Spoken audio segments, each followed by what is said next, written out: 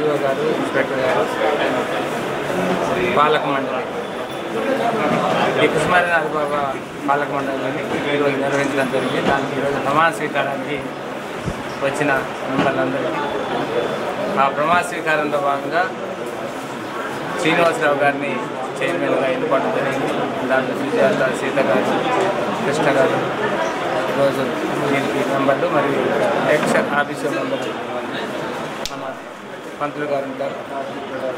నేను ఒకటే మనవి, కుసుమారినాథ్ బాబు గారికి చాలా చరిత్ర ఉంది. చరిత్రను మీరందరూ నిలబెట్టాలని, మీరేమీ ఆలోచించే వాళ్ళు కాదు, మీరు మీ దైవభక్తులు. మీకు ఈ దైవభక్తులు చూసే ఈరోజు ఎక్కడైతే టెంపుల్స్ ఉన్నాయో అక్కడ అమ్మవారి టెంపుల్ కానీ, ఆంజనేయ టెంపుల్ కానీ, అదేవిధంగా కుసుమారినాథ్ బాబు టెంపుల్ కానీ, ఈ అన్ని టెంపుల్ని నా చేతిలో ఉన్న వాటిని అన్నింటినీ కూడా ఈరోజు వారి వారి ఇంట్రెస్ట్తో, దైవభక్తితో ఉన్న వాళ్ళందరినీ కూడా ఈ టెంపుల్ అన్నిటినీ నిర్వహించడం జరిగింది. దానికి శ్రీనివాసరావు గారు, సీత గారు కానీ, సుజాత కానీ, కృష్ణ గారు కానీ వీళ్ళందరూ ఈరోజు ఇంట్రెస్టెడ్గా కుసుమారినాథ్ బాబాని ఇంకా అభివృద్ధి చేయాలని నేను వాళ్ళని మనవి చేసేది ఏంటంటే, దీనికి చాలా ఆస్తులు ఉన్నాయి, ఆస్తులను రక్షించాలి. ఈఓ గారు కానీ, గవర్నమెంట్ కానీ మేము ఈ సహాయ సహకారంతో ఖచ్చితంగా దీని ఆస్తులను రక్షించాలి. చాలా వరకు భద్రాచలంలో టౌన్లో కానీ ఇతర రాష్ట్రాల్లో కానీ దీనికి ఉంది. ఏది కూడా ఆక్రమణ కాకుండా దానికి కంచెగట్టి అవసరమైతే కవులను తీసుకొచ్చి దీనికి అభివృద్ధి చేసేదాన్ని.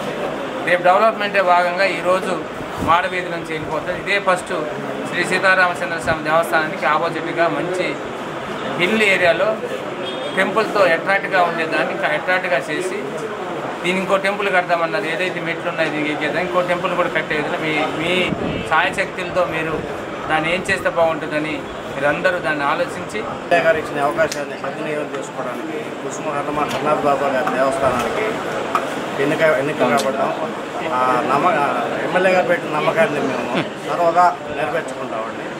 భద్రాచలంలో రామాలయం కొన్న చరిత్రతో పాటు అన్నాథ్ బాబా గారి గుడి కూడా ఉంది. అది కాలగర్భంలో కలిసిపోకూడదని చెప్పేసి ఈ గుడి డెవలప్మెంట్ కోసం ఎమ్మెల్యే గారితో సహాయం తీసుకుని భవిష్యత్తులో పనిచేస్తామని చెప్పి అందరికీ నమస్తే.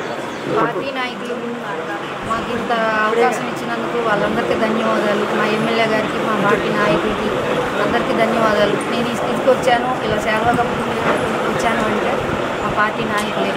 కాబట్టి ఎల్లప్పుడూ ఆ దేవుడు వాళ్ళందరినీ మమ్మల్ని మొత్తం దీవించాలని ఆశీర్వదించారు.